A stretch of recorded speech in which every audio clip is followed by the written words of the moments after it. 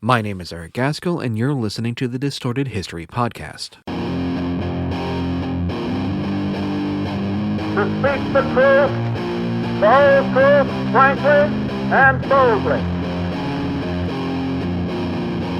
I can give you merry tales and joyous laughter. Shameless, unreasoning, unjustified terror. A long struggle for freedom. It really is a revolution. AC/DC's Back in Black has been hailed as the greatest comeback record of all time, which honestly doesn't feel like hyperbole, as it represents one of the rare instances where a band lost a core member, their lead singer no less, and was still able to carry on and continue to be just as, if not in fact even more successful than they had been before. Back in Black, then, is the album that effectively saved AC/DC and, according to Slash of Guns N' Roses, also saved rock music as a whole. A statement that I found interesting when I first read it, as I was left to wonder what the state of rock was in 1980 when Back in Black came out to justify such a statement. Thankfully, I was saved from having to figure out how I was going to research that specific question by a quote in a different article by Tom Morello of Rage Against the Machine, who explained, quote, "Disco was huge and punk and new wave were ascendant, and along came the AC/DC record which just destroyed everybody." Which, in retrospect, I feel I should have been able to figure out, though I had the impression that disco's heyday was a bit before this, but I think that's probably just me falling into the trap of our tendency to lump our culture into decades and thinking things just changed along with the calendars when that's not actually the case. So, yeah, it makes a lot of sense why people at the time might have felt that rock was in danger of fading away in the face of things like disco and punk, which were the new, popular, and exciting things, only to have this unquestionably rock album sweep in and become this massive hit. Indeed, it seems that for some, Back in Black is like the definitive rock album. For me, though, before researching this episode, I had never actually heard it before. Now, obviously I knew of its legend and heard its singles, but I never really sought out a copy of Back in Black to listen to in its entirety, partially because my opinion of AC/DC has always kind of been they're really good at what they do, but it's also kind of all they do. By which I mean, and I don't think I'm alone in this, I've always felt a lot of the stuff I've heard from AC/DC sounds very samey. As in, there's not a lot of variation between their songs. You're going to recognize any AC/DC song that you hear because it's going to sound like every other AC/DC song that you've ever heard. That, though, was, to be clear, my opinion before listening to this album, but after listening to Back in Black, my opinion hasn't really changed. Now, part of my problem is something that I think I said previously about Led Zeppelin, and that is a lot of their stuff has just been around my entire life, so it's impossible for it to hit me like it did for people who lived in a world that didn't have this music, by which I mean it doesn't stand out to me as particularly unique. In saying that, though, I think that's not a commentary on any lack of inspiration or originality in the band, and more of a commentary on how influential they are. For example, Michael Hand, when writing about the song Back in Black, would effectively sum up my feelings about the band in general, as he wrote, quote, "It's a song so apparently simple, it sounds as though it should have existed forever." It's like they took the foundational rock sounds and just distilled them all into this neat little package that just represents the essence of that early blues rock period. I'm more convinced than ever then that AC/DC are masters of what they do. It's just what they do is not necessarily for me. If you're into big, over-the-top, bluesy, don't take yourself too serious and have a good time bombastic hard rock, AC/DC is probably the band for you. Indeed, if you wanted a blueprint for that style of music, you'd be hard-pressed to find a better one. They really feel like a cornerstone for a lineage of rock that, while I'm personally not a fan, a lot of people are. For example, as I was doing my research, I read one article that listed the bands that AC/DC inspired. Among them were Metallica, which I'm sure they listened to and took some inspiration from AC/DC, even though I don't really hear it in their music. Much more relevant, though, the article also listed Def Leppard, which really made a lot of sense to me, especially since I had shortly before that just finished listening to You Shook Me All Night Long, a song that had really felt like a progenitor of a lot of 80s hair metal, especially Def Leppard's brand of it. Something that I feel fairly confident in saying after listening to some of their stuff fairly recently when I revisited my series on the history of heavy metal. So, regardless of my own personal taste, you can't deny the lasting impact and popularity of AC/DC's Back in Black. Yet before I get into the story of tragedy and triumph that underlie this towering success, first, like always, I want to acknowledge my sources for this episode, which were articles by Dan Epstein, Paul Elliott, Eduardo Rivadavia, John Widerhorn, Michael Hann, Catherine Waldhall, Phil Alexander, Marie Gang, Keith Abt, Kate Hakala, and Philip Trapp. And like always, the links to all of these will be posted on this podcast Ko-fi and Twitter pages. And if you want the ad-free version of this feed, go to patreon.com/distortedhistory. And with all that being said, let's begin. AC/DC was first formed in November 1973 by guitarist and brothers Malcolm and Angus Young, who had both been born in Scotland before their family decided to move to Australia. Notably, it seems that the entire family was into music, with everyone reportedly playing at least one instrument, with Angus and Malcolm obviously both choosing to play the guitar. The two, then inspired by the likes of Chuck Berry and the Rolling Stones, decided to start a band as they looked for a way to make a living, which for anyone else may have seemed like an unattainable dream, but one member of their family had already found success in the music industry. You see, their older brother George had been a member of the Easy Beats, a rock band who had been a major hit in their home country and one of the few Australian bands at the time to actually showcase their own original songs. One of which, Friday on My Mind, became what many believed to be the first Australian rock song to achieve success internationally. They had in George then not only an example that it was possible to make a living making music, but also someone who had connections in the music industry to help them along. Malcolm and Angus would also owe a debt to their sister Margaret, who had a significant influence on the band, as she was the one who first convinced Angus to wear a school uniform on stage. You see, the younger of the two brothers, likely due to his stage fright, had a habit of wearing outlandish outfits which ranged from a Zorro mask to a Superman costume and even a gorilla suit during shows. Before one show then, Margaret suggested that Angus wear a school uniform, playing into the fact that he was actually fresh out of school and looked quite young. In fact, she even gave him part of her son's uniform to wear on stage, and from that day on, the rest was history. Margaret, though, wouldn't just influence her brother's wardrobe, as she was also the one who essentially gave the band their name. You see, on the back of her sewing machine was a note about the electrical current. So when Malcolm, Angus, and their bandmates were sitting around one night tossing around suggestions for names, it was Margaret who tossed in AC/DC, and upon hearing it, reportedly everyone was pretty much instantly on board. Now, as I hinted at earlier, when Malcolm and Angus got started, they had a leg up in the game thanks to their older brother George, whose success had given him connections within the music industry. AC/DC soon recorded their first single, Can I Sit Next to You Girl, with singer Dave Evans, who apparently had a bit of a glam aspect to his style and presentation. The Youngs, though, shortly after recording this song, would decide that Evans wasn't a good fit for what they wanted to do, so they fired him and hired Ronald Belford Scott, more commonly known as Bon Scott, to replace him, hiring him just in time to head into the studio to record their first album, High Voltage. Now, Bon was at that point 28 years old, making him older than Malcolm and Angus by 7 and 9 years respectively. Indeed, he had already been in several bands at that point, yet none of them ever found any serious success. Although one group, Fraternity, would tour England, yet even then they never really found much of an audience. The addition of Bon Scott, though, was crucial in cementing AC/DC's direction, as according to Malcolm, the label's quote, "Thought we'd be a good pop-rock type band, play a bit of rock and roll and a bit of pop. That's how we started, but then when Bon came into the picture 6 months later, we had the key to go straight to rock and roll, because he could deliver it and he had his own style." Bon then, with his unique voice, his humorous and raunchy lyrics, and his charismatic stage presence, would help to guide and shape AC/DC into being the quintessential rock band they would become. Bon then was in a lot of ways the driving force behind the band that would eventually feature the rhythm section of Cliff Williams on bass and Phil Rudd on drums.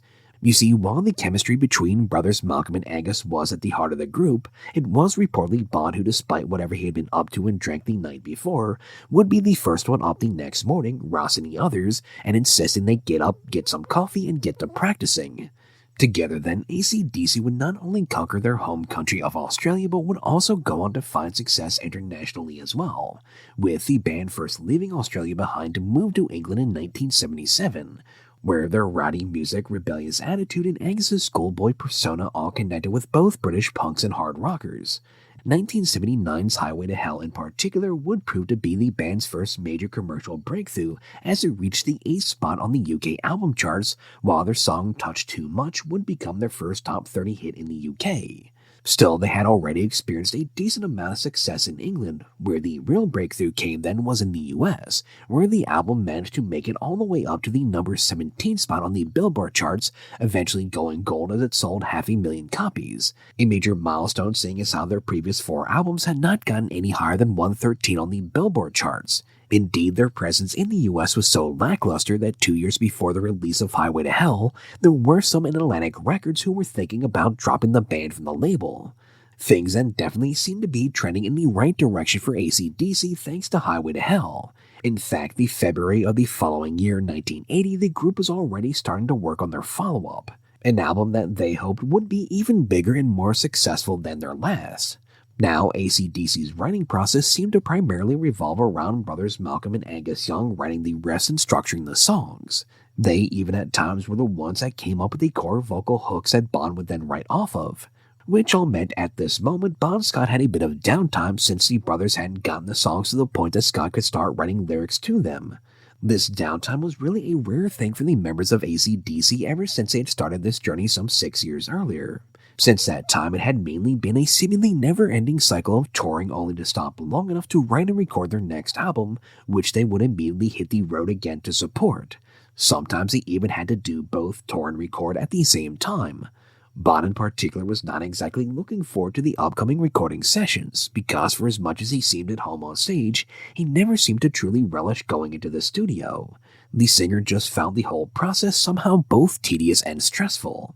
As for Malcolm and Angus, as they sat down to work on their follow-up to Highway to Hell, they already had at least a few riffs ready to go, which was common as throughout their time on tour, Malcolm in particular was often playing around finding new riffs to be the basis of some upcoming song.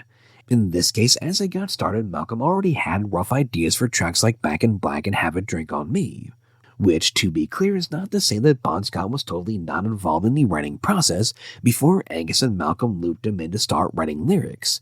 Indeed, in mid-February, Bon had joined the brothers in the studio to sit behind the drum kit so they would have some different beats to play the various riffs they were working on off of. Indeed, coming out of these sessions, Bon, despite not looking forward to the grind of recording, was left with a great feeling about the music they were working on. He even made a point to call his mom back in Australia to tell her, quote, "This one is going to be it." Bon Scott then had a great feeling about this upcoming album. This was going to be their biggest hit yet. In this, Bon's instincts were spot on, but tragically he would not be around to enjoy his band's upcoming massive success, as on the 18th of February 1980, Bon Scott headed out for a night on the town in London.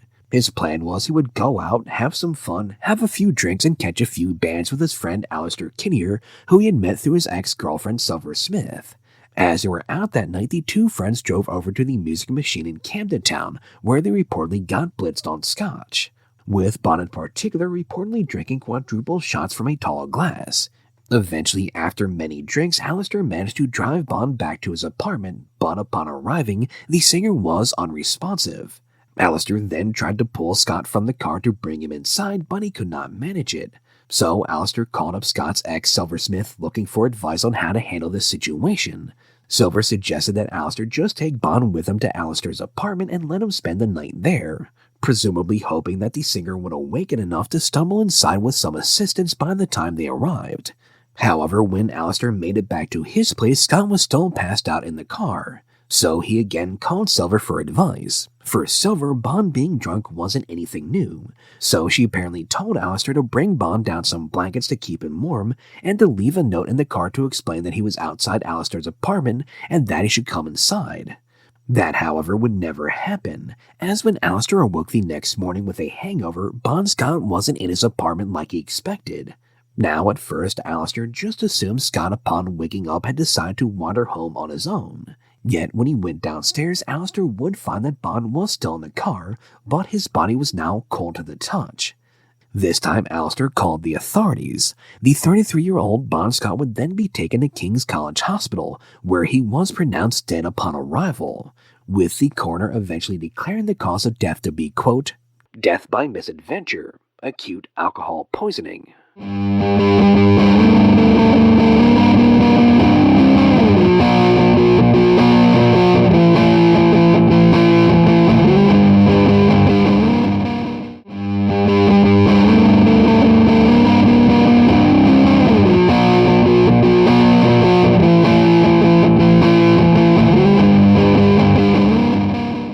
33-year-old singer of AC/DC Bon Scott was dead, a situation that left the remaining members of the band absolutely stunned and gutted. Angus Young, for example, would describe how he felt at that time, quote, "When you're young, you always feel immortal, but after Bon died, I felt horribly grown up." Not only had they lost a friend and crucial member of their band, but it also happened so unexpectedly. Sure, Bon could be wild and he liked to party, with Angus comparing him to a pirate, yet the idea that he would die from a night out drinking had to be the furthest thing from any of their minds. They were just so unprepared for this they had no idea what they were going to do now.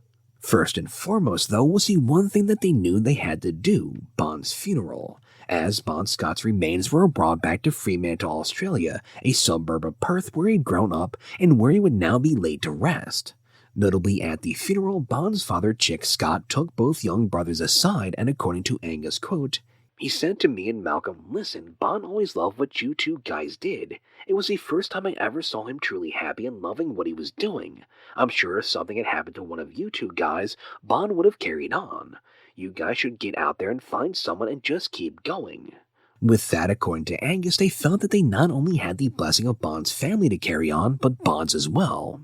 Now, of course, the band's label and management wanted them to carry on as well. After all, they were this ascending band that had just put out this major breakthrough album, so they were also very much encouraging the surviving members of AC/DC to find a new singer and carry on. This, however, was obviously far less influential than the encouragement they had gotten from Bon's father in the band's decision to push forward.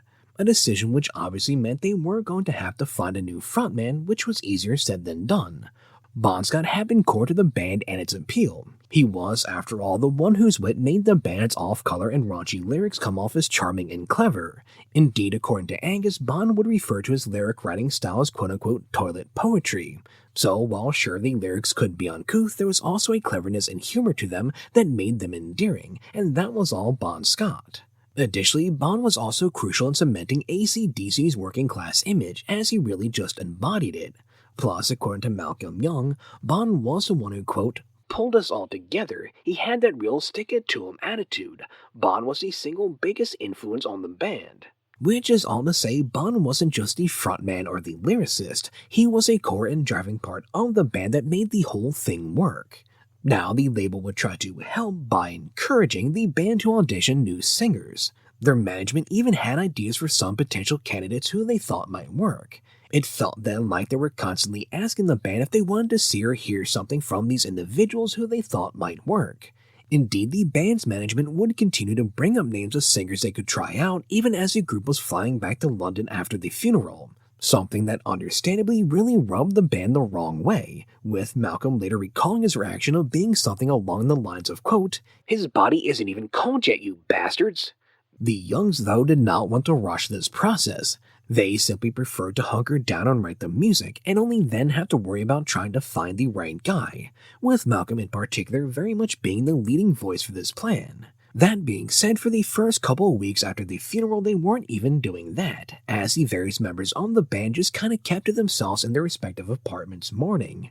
According to Malcolm, quote, "We were still real low. We weren't snapping out of it." This situation lasted for 3 weeks before Malcolm, seemingly recognizing that they needed to do something, insisted that he and his brother Angus just sit down together and start playing their guitars. He felt like this might be good therapy, plus it might be good for them to finish what they had been working on with Bon. This definitely seemed to help, but as the song started to take shape, that then meant it was time to start looking for a singer. In doing so, though, according to Angus, quote, "We didn't want to be rushed into anything. We knew that we were never gonna find a clone of Bon. We wanted someone who would be their own character."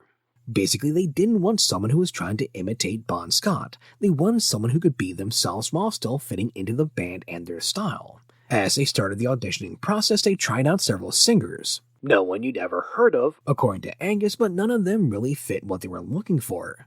Namely, none of them had the right combination of powerful vocals and a real down-to-earth attitude. That is, none of them did until they auditioned the former singer of Newcastle rock band Geordie, Brian Johnson. Geordie had in fact experienced some success in the early 70s as a couple of their songs like Can You Do It and All Because of You became top 10 hits in the UK. That being said, by 1980, Geordie had fallen out of favor. The band had then lost their record deal and eventually broke up. all of which left Brian Johnson effectively broke. Indeed, by the time AC/DC came calling, Johnson was 32, recently separated from his wife, and operating a small garage in Newcastle as he was just struggling to get by. He then seemed to be a highly unlikely choice to call for a band the likes of AC/DC, who were coming off the back of their breakthrough album. The thing was, apparently Brian's name had come up multiple times from a variety of different sources when discussing potential candidates to audition for the band's new frontman. One source of this was reportedly a teenage fan from Chicago who sent the band's management a tape of a Geordie album, along with a note suggesting that Johnson could be a good Bon Scott replacement. Noted producer Mutt Lange, who had helped helm Highway to Hell, and who was also set to help them record their follow-up, was also familiar with Brian from his work with Geordie, and so he too would tell the band that Brian Johnson was a guy they should think about checking out. Mutt's recommendation definitely held a lot of sway, especially since the members of AC/DC had apparently heard the name Brian Johnson before from none other than Bon Scott himself. You see, Bon, before he joined AC/DC, had been in a group called Fraternity, who, in the early 70s, had toured the UK opening for Geordie, during which time Bon would be tremendously impressed by Brian Johnson, especially his performance on one night when he reportedly screamed and writhed around on the floor throughout the show in what Bon characterized as a great Little Richard impersonation, which was high praise coming from Bon, who idolized Little Richard. As it turns out, though, this reportedly wasn't so much an act as Johnson actually being in quite a bit of pain as he was suffering from appendicitis and had to be rushed to the hospital following the show. Regardless, due to such recommendations, Brian Johnson from the very beginning was on the band's list of candidates. It just took them a while to call because no one was really sure where he'd gone following the dissolution of Geordie. Their management had to literally track him down. As for Johnson, at 32 he felt he was past his sell-by date when it came to being a rock star. As a result, when he got a call from a woman with a German-sounding accent telling him a band was holding auditions in London for a new singer, he was hesitant, even though she said he had been recommended to them. From Johnson's point of view, the music industry had already taken a bite out of him once, and he wasn't super into the idea of taking the risk again. You see, as Johnson would explain it, he'd had 3 top 10 hits as a part of Geordie, yet just 3 years later they were just as broke as when they got started. This apparently wasn't some accident either, as according to Johnson, the label they were working for literally had the motto, quote, "You make the music and we'll make the money."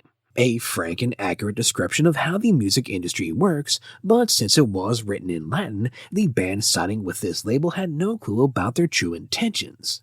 With that in mind, Johnson really didn't want to drive all the way to London without knowing what this gig was.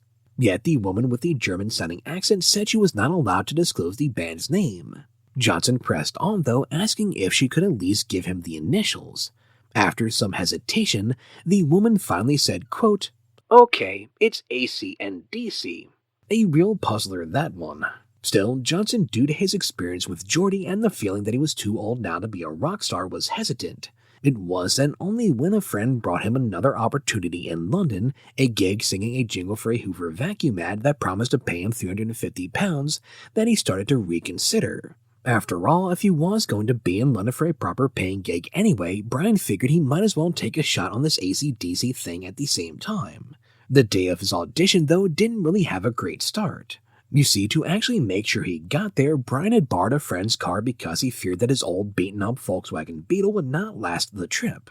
This precaution, however, did not prevent him from getting a punctured tire, leaving Johnson little time to rush to fix the tire and get back on the road gunning the little Toyota to London, barely making it on time for his Hoover vacuum jingle gig, which he nailed, netting Brian his £350 payday. With that done, Johnson then headed over to the Vanilla Studios in Pimlico for his audition, or to be more precise, to the cafe across the street from the studio, where he sat for a time too depressed and too nervous to head over. Brian, you see, had convinced himself that he had zero shot of actually getting the gig. The band did not know him and he could not possibly be what they were actually looking for. Yet, after failing to get through the hard crust of the pie he had ordered, Brian finally decided to put himself out of his misery and just head on over to the studio to get things over with.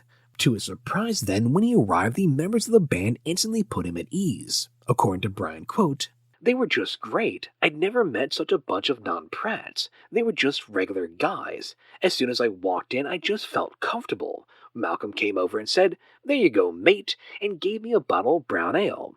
After this initial introduction, it was time to get down to business as the band asked Johnson what song he wanted to do for his audition. A question they had asked every singer, to which most had more often than not replied "Smoke on the Water," a song they were at this point then incredibly tired of playing. So it was a relief when Brian responded with the Ike and Tina song Nutbush City Limits, a song which also showed he had a wider interest in music. Following which they ran through one of their own songs, Whole Lotta Rosie, as they wanted to see how he handled their own classic material, with Malcolm noting, quote, "We popped that at him and he handled it well." Which actually isn't that surprising when you realize that Brian actually loved that song and would occasionally perform it with his old band Geordie, partially because, quote, "I was a huge fan of Bon Scott's, a real sleazy voice, the sneakiest voice ever for blues." In a lot of ways, then, Brian Johnson seemed to be exactly what AC/DC was looking for. He had the pipes, which was apparent not only when they played together, but also when they listened back to the cassette they had made of the session to make sure their first impressions had been accurate. Indeed, according to Angus, quote, "When we sat back and listened to it later, we knew he had a good voice and could work with what material we had." Plus, just as important, Brian was someone like themselves. He was the kind of working-class bloke who, according to Angus, you could, quote, "have a beer or play a game of pool, you know, someone who could have a laugh and could tell a joke. We didn't want someone who was psychologically deep or someone leading a revolution." Brian Johnson then likely felt good leaving the audition, having at least given it his best shot.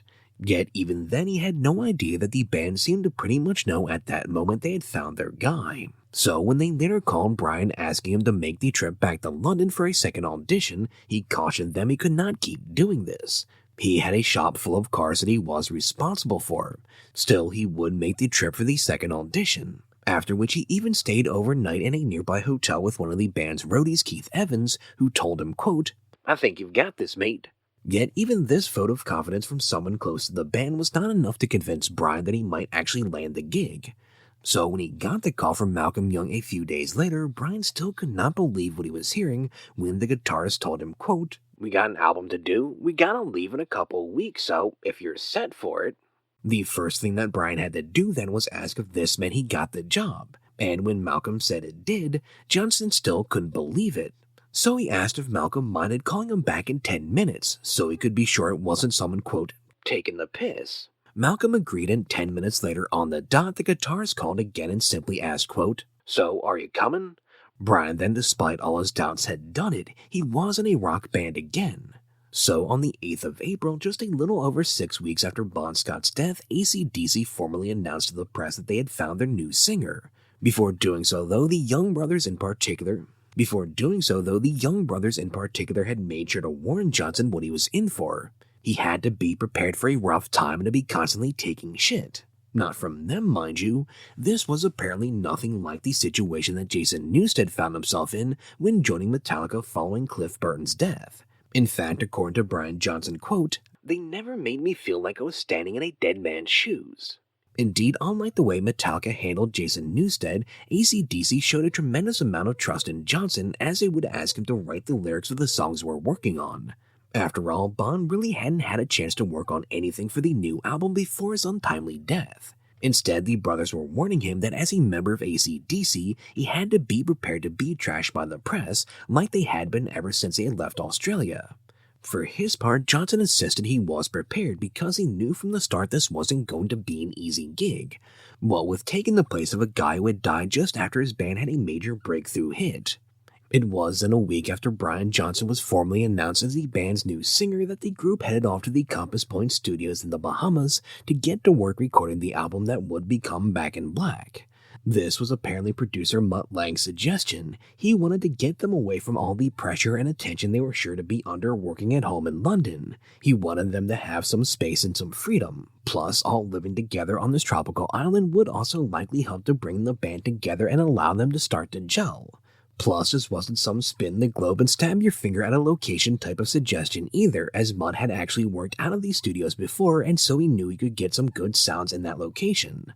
That being said, it still wasn't exactly smooth sailing. Sure, the Bahamas were a tropical paradise, well away from prying eyes and unnecessary pressure. And sure, Mutt was familiar with the studio, and thus knew how to make things sound good there. But there was apparently one thing that nobody had anticipated: tropical storms. one of which knocked out the island's power for 3 days shortly after they arrived. Now they weren't completely high and dry, as they were able to power the studio using generators, but Lang did not trust such variable and unreliable power sources when it came to recording, so instead they used this opportunity to continue to work on and run through the songs to make sure they were ready to go once they were able to hook back up to the power grid proper. It also wasn't quite the relaxing beach vacation that they might have envisioned, as Lily, a local woman who had been hired to cook for the band, would pass along rumors that the island's beaches were the hunting grounds for bands of machete-wielding madmen intent on beheading tourists. So really all they had to do while in the Bahamas was focus on making their record.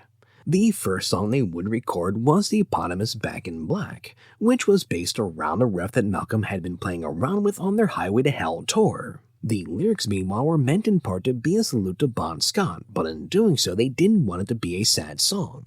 They wanted it to be positive in nature, a way of remembering all the good times they had together while also acknowledging their intentions to carry on. A song they wanted to start off with in part because they were really confident about nailing it. That being said, it still would take a couple of tries to get the track down on tape, but that was more to do with making sure all their guitar and drum tones were dialed in to where they wanted them than any difficulties they had with playing the song. Indeed, by this point, they already knew this was going to be the title track, and that they wanted the album's cover to be black in honor of their fallen comrade. They wanted it to be simple and respectful without being too much, because according to Angus' quote, "He was not a soppy git. We felt this would probably be a better way of showing him respect." Yet despite this, the band's label Atlantic would push back on the simple cover idea. Indeed, it seems that the label time and again refused to give the band what they asked for. Basically, it seems that the label just kept sending them different album cover designs, including on one occasion a pink jacket for the album, as opposed to the simple black that they wanted.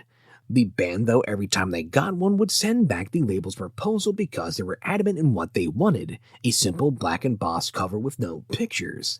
This was a part of their memorial to Bon Scott, and they weren't going to change it. Eventually, though, after going back and forth countless times, the label finally relented and gave the band what they wanted. Meanwhile, back to the recording sessions, the actual first track that would appear on the album was Hell's Bells, a song which kind of acted as an opening of the floodgates for all the negative emotions that the band had experienced in the wake of Bon Scott's death. Notably though, Brian initially really struggled with the lyrics for the song. You see, at this point the pressure was on, especially since this was the opening statement of the album. Plus, he was having to come up with these lyrics and the lyrics for all the other songs while they were in the Bahamas actively recording the album. Indeed, they had already recorded a couple of songs when producer Mutt Lange strode into Johnson's simple little room to find him sitting on the bed struggling to come up with lyrics. As Mutt told the singer they were planning on working on Hell's Bells that night, Johnson confessed that he was running out of ideas. It was then in that moment that seemingly out of nowhere another tropical storm blew in, as their conversation was disturbed by a loud peal of thunder, creating as it did a fitting atmosphere for the dark nature of the song he was trying to write. It's at this point that Mutt made some comment about the thunder, which led Brian to respond, quote, "That's rolling thunder, that's what they call it in England." Mutt liked the term and told Johnson to write that down, at which point another large thunder crash boomed out, as the skies opened up and rain started coming down in buckets in what seemed like a hurricane. Then, as suddenly as it came, the storm was gone, but Johnson now had his inspiration. And so, even before hearing the fully finished version of the song, he had his lyrics written and done. Another of the notable tracks on the album was Have a Drink on Me, a song whose title in particular rubbed some listeners the wrong way given Bon Scott's death from alcohol poisoning, thinking it was in bad taste and disrespectful. According to Angus, though, the title was there before Bon died. Indeed, this was apparently the track they were working on in the studio when Bon joined them to give them some simple accompaniment on the drums. Plus, Angus was confident that Bon actually wouldn't have been bothered by the song, quote, "He was always a person who liked a bit of tongue-in-cheek humor." If anything, then Have a Drink on Me was a toast to Bon, a salute to all the fun they had together. Now, the vast majority of the songs on Back in Black, minus the lyrics, had been written before they arrived in the Bahamas. As it got to work, though, producer Mutt Lange felt they actually needed one more track to round out the album. So one day, while the rest of the band took a break, Malcolm and Angus headed into the studio together, and with the help of a local engineer laying down a simple beat, they tossed some riffs around. By that night, they thought they had something, and when they played it for Mutt, the producer approved. All they needed then was a title and some lyrics, and so Malcolm offered up the name Rock and Roll Ain't Noise Pollution, which Brian Johnson really appreciated as it really offered up some great rhyming possibilities. Once they had all 10 songs recorded, most of the band headed back to London, while Malcolm Young headed off to New York with Mutt Lange and Tony Platt to mix the album in Electric Lady Studios. It was during this time that Malcolm had the idea to add an ominous tolling bell to the album's opening track. To get the right tone and heft that they wanted from the bell, engineer Tony Platt was dispatched to Leicestershire, England, which is spelled nothing like it's pronounced, to record the 4-ton Carolyn Dennison bell. This was apparently easier said than done, as a number of birds had made their home in the tower and their flapping disrupted Platt's initial attempt to record the bell. He would though eventually capture the sound they were looking for, and back in the studio, Mutt would then play the recording at half speed when combining it with the song to further enhance the ominous toll of the bell. It became such an iconic and crucial part of the song that the band even commissioned a 1.5-ton replica of the Dennison bell so they could use it on tour. Yet it was still so unwieldy because of its size that they eventually had an even lighter version made. In all, the entire process of writing, recording, mixing, and releasing the album was pretty much all done within a 5-month span following Bon Scott's death, as Back in Black would be released on the 21st of July 1980. As it did, it was met with instant critical acclaim, as the likes of David Fricke of Rolling Stone would call it AC/DC's best album, while also declaring Back in Black to be the, quote, apex of heavy metal art, the first LP since Led Zeppelin II that captured all the blood, sweat, and arrogance of the genre. The album would be a big hit in the UK, France, and Australia almost immediately, while in the States it took a bit longer, as it would gradually climb its way up the charts in the US after starting somewhere in the 180s, before eventually beating Highway to Hell's high mark as Back in Black rocketed all the way up to the number 4 position on the Billboard charts. It would then spend 13 months in the Billboard Top 10 and be certified platinum by October.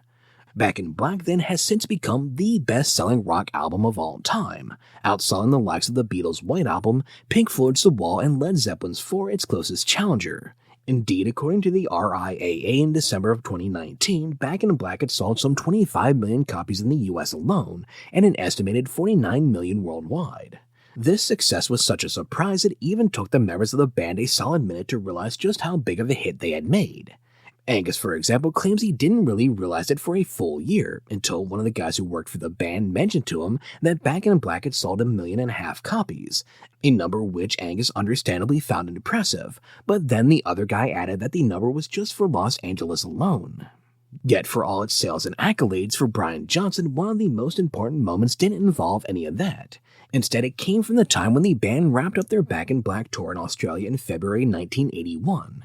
Where after playing in Sydney, Bon Scott's mother approached Brian and told him, quote, "Our Bon would be so proud of you, son." This moment was crucially important, as it served to reaffirm what had been the band's intention with the album, as according to Brian Johnson himself, quote, "The whole point of that album was to celebrate Bon's life. The boys had lost a great friend and a great singer, a pal. They'd gone through all their shit together. He wasn't just a singer in the band, Bon was their best pal." The album then was about celebrating Bon Scott, and so getting that approval from his mother was validating. Indeed, Malcolm Young would credit the album's success to the emotion they had put into it, stating that, quote, "We meant it, it's real, it's coming from within and was made from what we'd all gone through." The members of AC/DC then are convinced that the reason why Back in Black is so universally loved is because it's honest and from the heart, which in many ways makes it the perfect memorial to their departed friend. Thank you for listening to Distorted History. If you would like to help out, please rate and review the podcast and tell your friends if you think they'll be interested. If you would like ad-free and early episodes, I set up such a feed over at patreon.com/distortedhistory. By paying $10 a month, you will gain access to the special ad-free feed available on Spotify or likely through your podcast app as long as it uses an RSS feed. I will continue to post sources on Ko-fi and Twitter though, as it's just a convenient place to go to access that information. Regardless, once again, thank you for listening, and until next time.